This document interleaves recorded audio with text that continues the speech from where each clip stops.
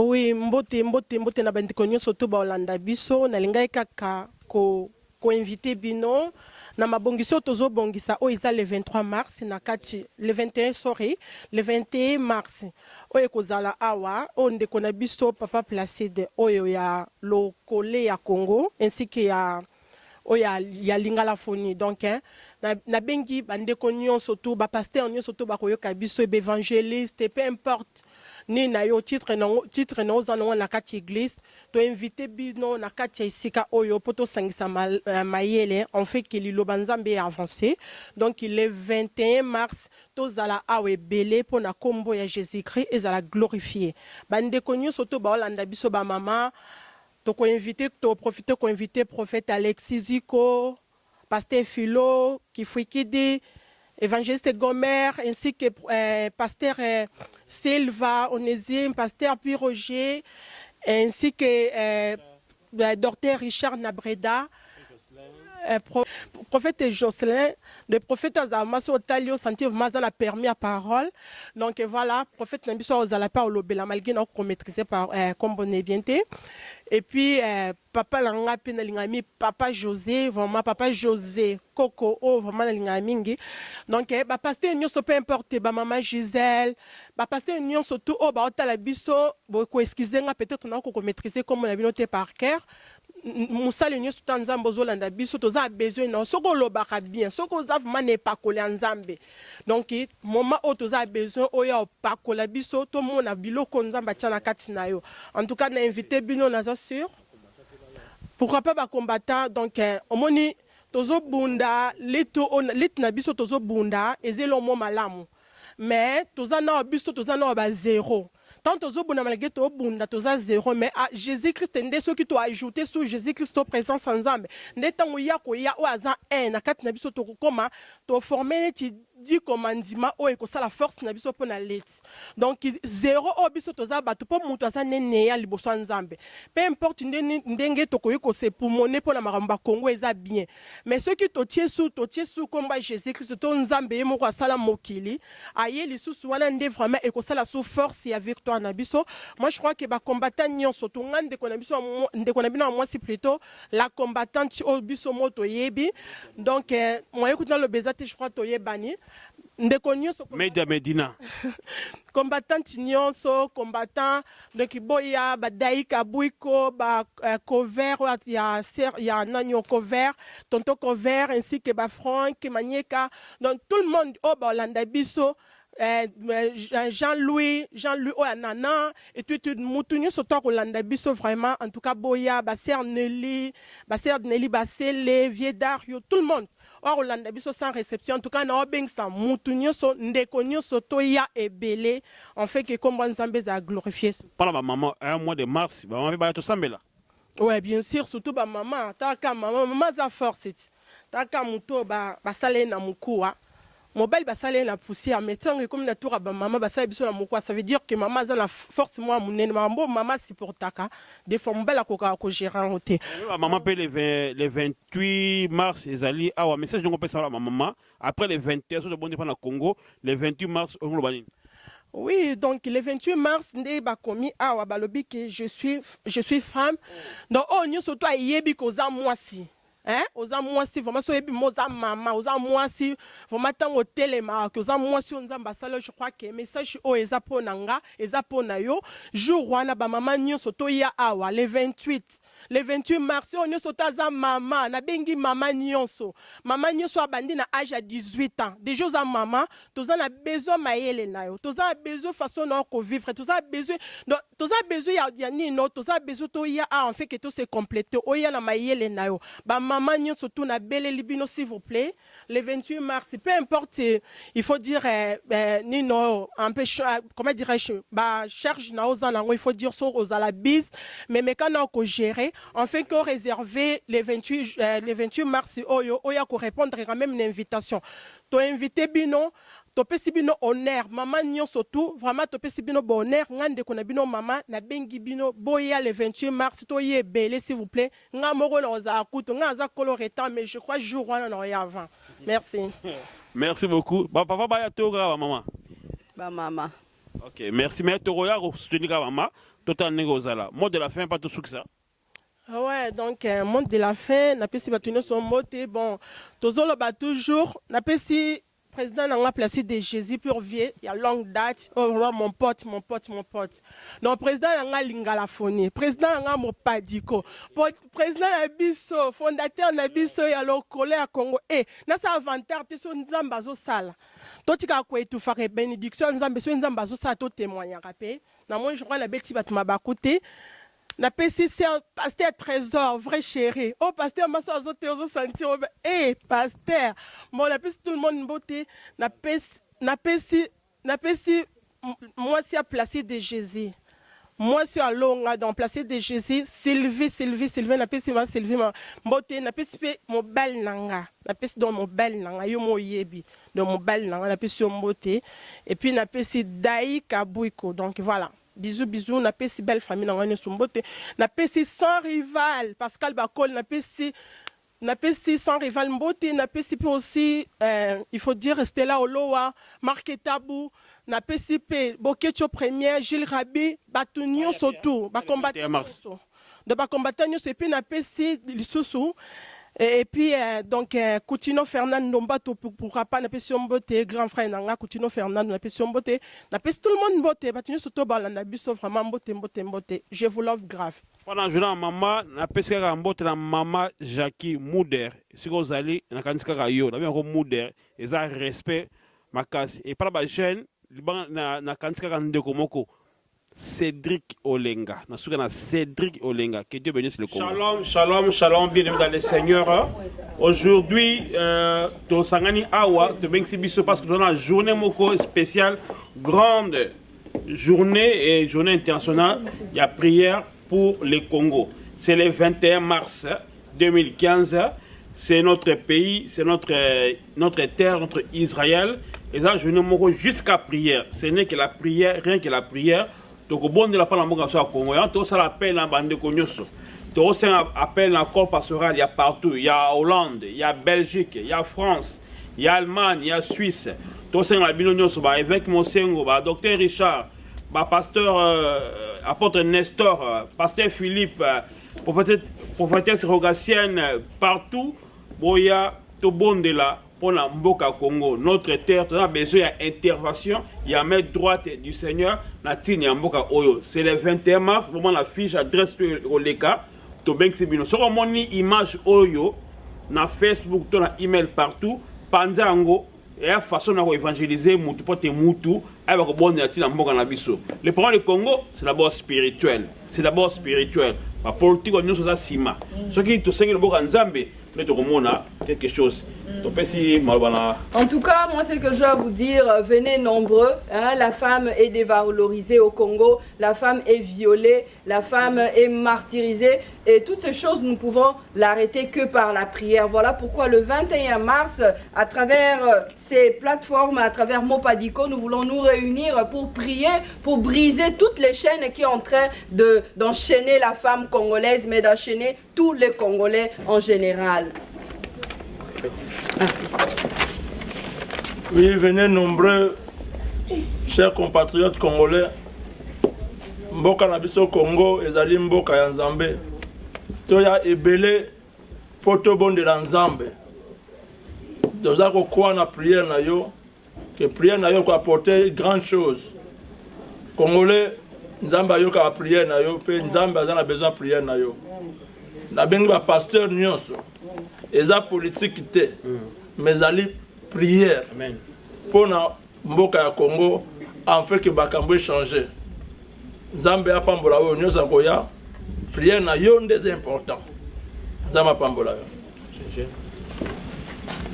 Bon, on a mis le bâté. La Bensika Bajani tout ya Hollande, Belgique, France, Boya, tout prier pour la mboka na biso Congo. In het Nederlands, alle jongeren van Rotterdam, België, Frankrijk. Ik nodig jullie uit om voor Congo te komen bidden, zodat ons land vooruit gaat.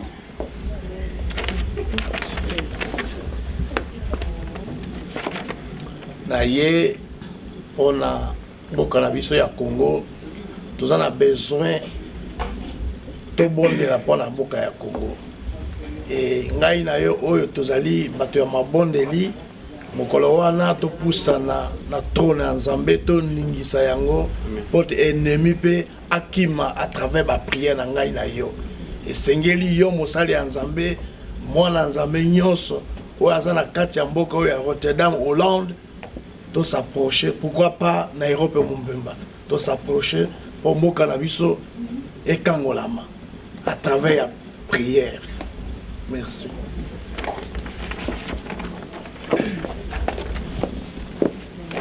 Voilà, comme les frères et sœurs, les hommes de Dieu ont parlé, nous revoici encore aujourd'hui dans Mopadico pour la journée du 21 mars. Nous voulons tous nous réunir d'un cœur dans l'amour de notre pays, de notre Israël, de notre Jérusalem, parce que nous devions commencer ici avant d'aller ailleurs. S'il n'y a pas la paix dans notre pays, on ne peut pas apporter la paix dans les pays où nous sommes. C'est pour cela que nous voulons vraiment vous inviter de venir nombreux, de répondre à cette journée. C'est une journée de prière. Vous saviez, la Bible dit de ne pas trop manger, de ne pas trop tout faire, mais il faut prier sans cesse. On ne peut pas arrêter de prier. Et c'est pour ça que nous voulons prier pour le Congo. Nous voulons prier pour notre pays, pour notre terre, pour les mamans, pour les enfants. Nous voulons prier pour notre richesse. Vous saviez, le problème du Congo, c'est sa beauté. Le Congo, il est tellement joli. C'est pour cela que ça nous crée des problèmes. Oh, la Bible dit, la bénédiction de l'Éternel n'est spéciale d'aucun chagrin. Ce n'est pas le Congolais qui a planté le diamant, ce n'est pas le Congolais qui a planté le coltan. C'est Dieu qui l'a mise, mais pourquoi ça doit nous faire souffrir? Donc c'est pour ça que nous voulons venir ensemble pour comprendre pourquoi nous souffrons à cause de notre richesse, à cause de notre beauté. Que Dieu bénisse toute personne qui viendra, que Dieu bénisse toute personne qui va porter cette journée à cœur.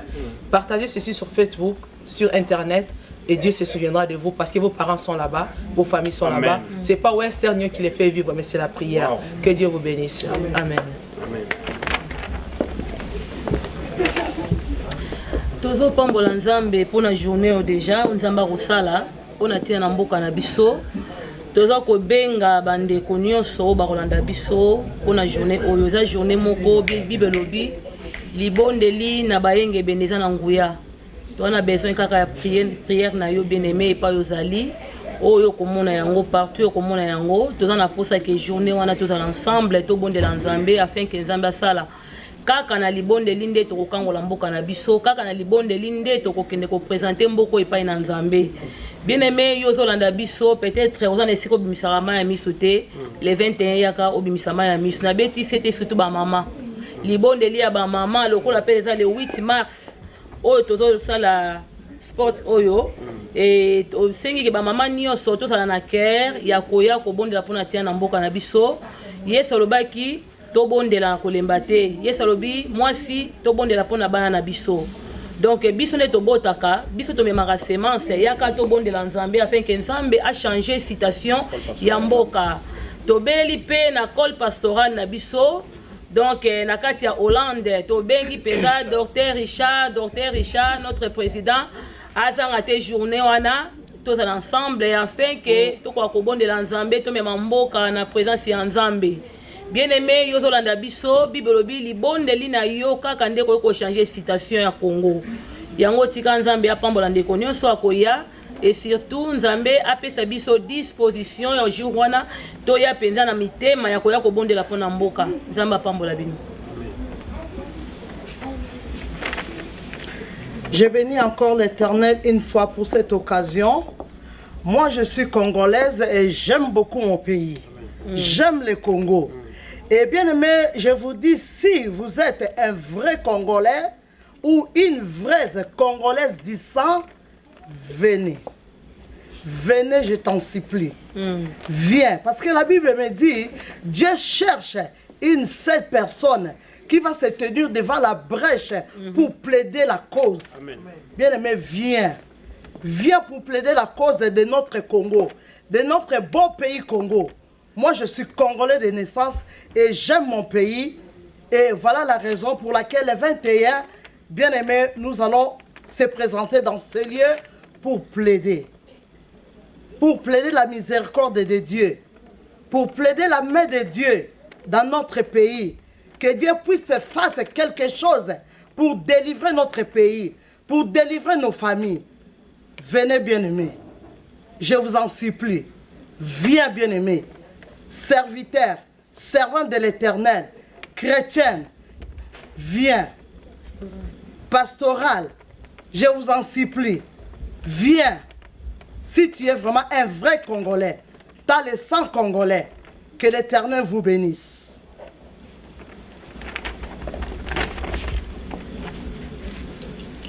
Na béni nous avons pour l'opportunité à Pessibiso. Bible lobby, cette affaire, ça te concerne. Di Kambo et Talion de Kolango Totala. Eza makamba mabele. Eza makamba bakumbata te, makamba ba chrétien te, eza pour tout le monde. Toya et belé, venez nombreux. En fait que to supplier Nzambe, to implorer grâce na pour na mukolo oyo. Amen. Tolelipe mingi oyo ekomi ntango ya kotelema kolata kanda esantu kopamela ya kopamela kopapa ya kopapa kokata ya kokata kobelela moto na nzambe kitapana kosikisa misala ya satana moto kitisa moto yaya ezikisa misala ya satana na mboka moto kitisa moto yaya ezikisa misala ya satana na mboka loboko na yawe ezali ya kosembola mapo ekolo epambolama mpe baye kongo obamo na nkembo na yawe sembola loboko tomona nguya na yoe kasi na ekolo na biso osala ya minene utayo banda na bato bokongisi nini mpona mboka tomeli na pasi ya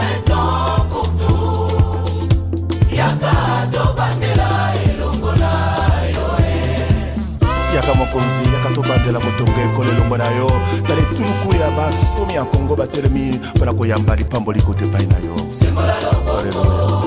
Na ekolo tolingi tomona embo na yo sembola loboko na ekolo tolingi tomona embo sembola loboko tomona nguya tobebisa misala ya satana na mboka makila ma yesu mapetola ekolo mabebisa misala ya satana na mboka sembola loboko tomona nguya tobebisa misala ya satana na mboka makila ma yesu mapetola ekolo mabebisa misala ya satana na mboka moto kitisa moto yaya ezikisa misala ya satana na mboka moto kitisa moto yaya ezikisa misala